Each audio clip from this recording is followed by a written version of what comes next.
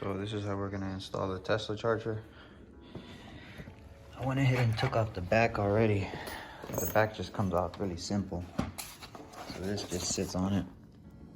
So you have these clips, it just clips on there. And back over here, clips right off. So you see here, I just put a nipple, made a hole. I made a 1-inch hole because I didn't have a, so here it is. Just chase through, comes out just a little bit. And we're gonna go ahead and knock this out right here. And then go ahead and install it. This is how it looks on the other side. I'm gonna go ahead and clean all this stuff off as well. Those were the shavings. This is a beautiful panel to work in here.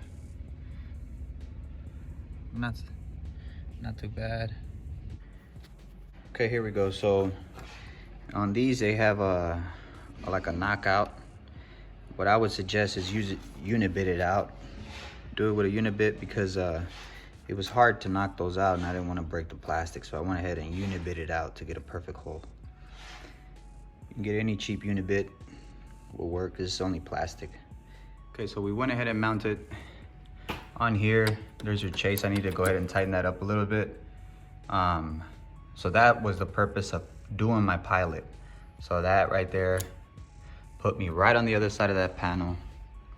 Very important to make sure you got your screws there lined up with your stud. You got to use a stud finder to check your stud to know which side you're gonna go, because you have two sides. So if you're gonna go on this side of the panel, then you're gonna utilize this here notch.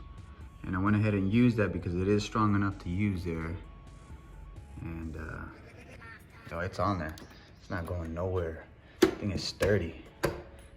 It's on studs with big old screws that it included. I think 1.5 inch screws that it included. So went ahead and mounted those on. We're gonna put another strap right here. Now we know where the stud is at. We can go ahead and strap it. So that's it on this side. I'm gonna go ahead and mount the cover. Okay, so I did use 12-3 here. That way you don't utilize the neutral in the Tesla charger, so I snatched it out. It's such a small little run, it just came out.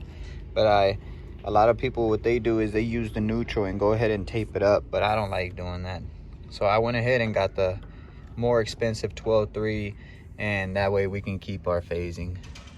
That way they can keep, they don't have phasing because it's all Romex here, but I like to keep my phasing just to make it look clean. Anything over, I like 12 amps or anything like that, or 20 amps, sorry.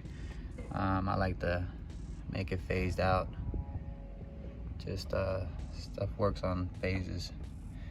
All right, so we're gonna go ahead and install these here on the breaker, and that's it. So that's pretty much it. Went ahead and installed it. A lot of times we can get a little rag, clean this off right there.